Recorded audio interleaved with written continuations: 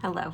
I've tried to film this video so many times, and every time I go to film it or I sit down to film it, something happens, the baby wakes up, or dogs need me, or I just don't feel like it. So I'm finally sitting down, I'm filming this. This is what I look like on a daily basis, braids so the baby doesn't grab my hair, PJs, glasses, so I'm just gonna film it how I am and get what I want to say.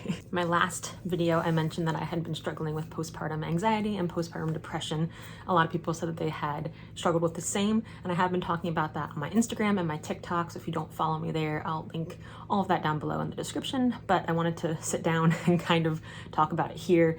My thoughts are probably going to be a little bit jumbled. I tried to take some notes over on my laptop, but still probably going to be jumbled. So we'll do our best. Hopefully it all makes sense, but I know that this is a problem that a lot of people struggle with and it's not really talked about a lot, so I wanted to put my experience out there as best I can. We got a poodle joining us now. So I've always had anxiety and depression off and on for years. I've been on medication off and on. I knew that I had a higher chance of getting it postpartum because I have a history of both of them. So I work in the mental health field. I have degrees in there, so I knew kind of going in what to expect, but that doesn't really help with when you're actually in it and actually experiencing the symptoms, and that it doesn't matter if you know about it or have a degree in it or anything, it still impacts you just as much.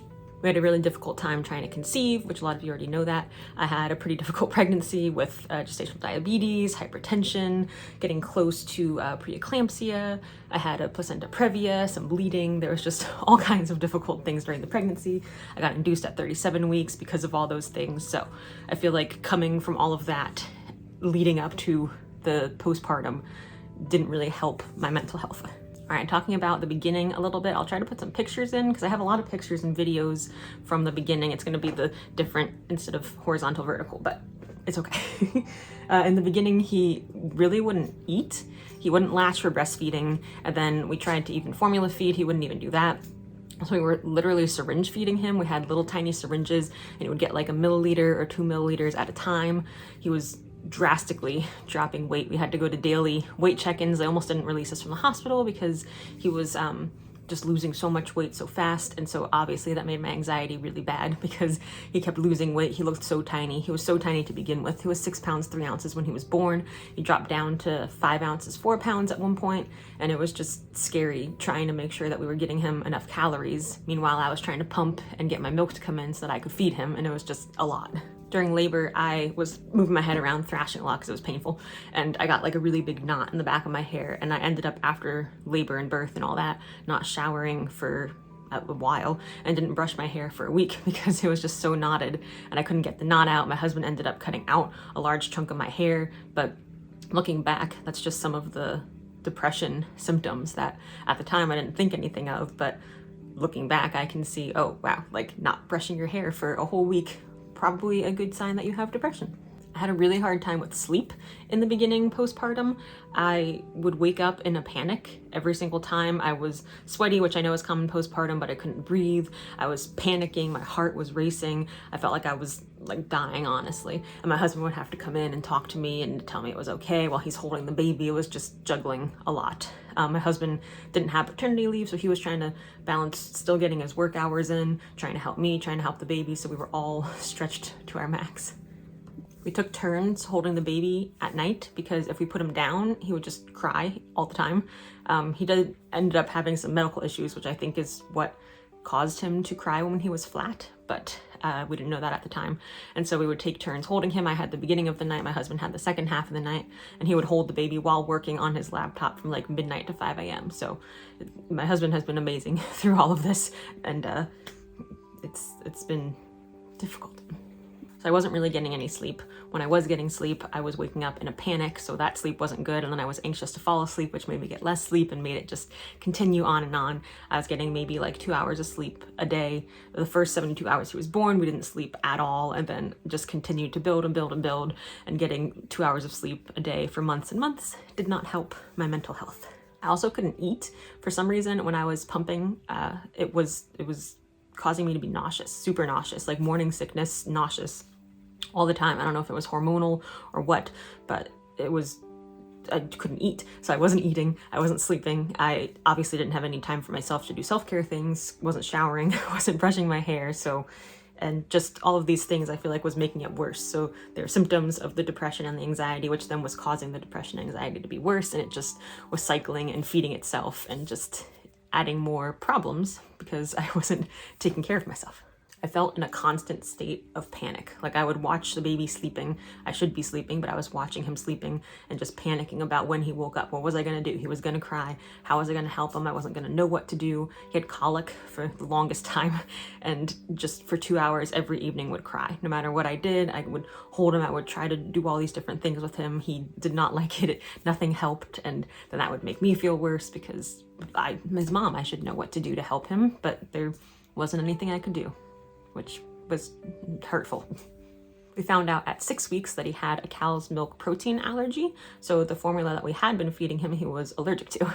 I was trying to breastfeed. It wasn't working. He wouldn't latch. He latched maybe like 5 times total in the whole time I breastfed. So I was pumping and then giving him that milk, pumping every 2 hours, supplementing with formula, feeding him the breast milk and the formula, repeating all over again. So it's just constantly something between the pumping, the cleaning, the feeding, all the things. So I stopped pumping at 6 weeks when we found out he had the allergy, weaned off of that. And then we switched to Nutramigen at that point, which is a mostly cow's milk protein free. It's broken down though, so it's like 17% still, but it's broken down so it's easier for them to digest. So we did that for a while. He actually got a lot worse on that formula for the first 2 weeks. I wanted to stop giving it to him because he had so many more symptoms and it was much worse, and watching him be in pain for so long wasn't good for my anxiety and depression. I was panicking of what should I do? Should I stop giving him this? Should I keep giving it to him? Am I making him worse? And all these things. I felt guilty for the breastfeeding, that the milk I was giving him was making him feel bad and I didn't even know. Just all these thoughts that were just coming in. I'd say around 3 months, like maybe 10 weeks or so, he started to feel a little bit better. My anxiety started to feel a little bit better because I wasn't seeing him in constant pain. I was starting to get some more sleep. I went to the doctor myself for my postpartum checkup at 6 weeks, and they were saying that I needed to get more sleep no matter how I did it. It was not good for my mental health. So my husband stepped up a lot again. My dog's growling. And basically took over the night shifts, which is crazy because he's working full-time, and took over the night shifts for a very long time, and took the baby all night so that I could get at least a few hours of decent sleep. I would make sure I did all the things around the house, the dishes, the laundry, and all that stuff, make sure it was all caught up, and then go to sleep. Also, my dad's been really helpful in all of this. He has kept up, he lives with us if you didn't know, and he's kept up with tons of house stuff, of doing laundry on a daily basis and helping get meals and all that. So that definitely helped as well. Like I said, this is probably going to be all over the place, so hopefully all of this makes sense. If you're a parent, I feel like you understand that your brain just kind of is jumbled all the time. But after that point, I got a little bit better. We ended up later on moving to a different formula because every time we tested his stool, he had blood in it. So he's now on an amino acid formula, doing a lot better on that all around. I'll talk about that in my Sullivan update video, but it's improved. But off and on, it's still really hard. Month 3 got better, 4 was iffy, 5 was really hard again. Now we're in month 6, so it just kind of flows. And I feel like as the difficulty ebbs and flows, my mental health does as well. That when we have times where he's crying and he's having a hard time, obviously that's difficult because nobody wants to listen to their baby cry all the time. And so it impacts my mental health, and I try to work through it as best I can. I feel like there's probably a lot more that I wanted to say in this, but that's what I can remember at this point. So if you have any other questions or things you want to know, comment them down below and I can do a follow-up video to this. Like I said, I've talked about this on my Instagram and my TikTok. I'm much more active on my Instagram now because I have a sleeping baby a lot of the times and I can't make videos like this, but follow me on there if you want to continue to hear more about our journey and how it's going now.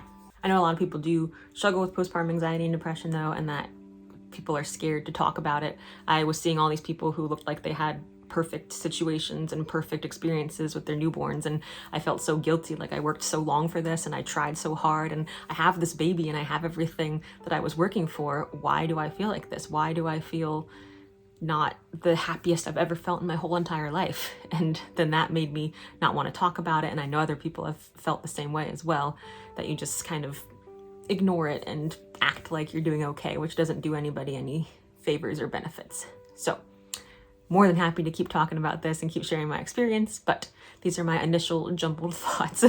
Thank you so much for watching. I'm gonna work on filming a video about Sullivan and how he's been doing and kind of updates from this point. He's 6 months now, which is crazy, but I have tons of video ideas I want to film. It's just been really hard with the anxiety and depression and taking care of a baby to do these kinds of things. So I'm hoping now I can get back into it a little bit, have some creative hobbies to help myself feel more like me and a little bit better, and start interacting and talking to people, because that really helps too, of having people to talk to and having conversations and not just being in my own head about things. So thanks for letting me share all of this with you all, and thanks for being here, and I will see y'all soon. Goodbye.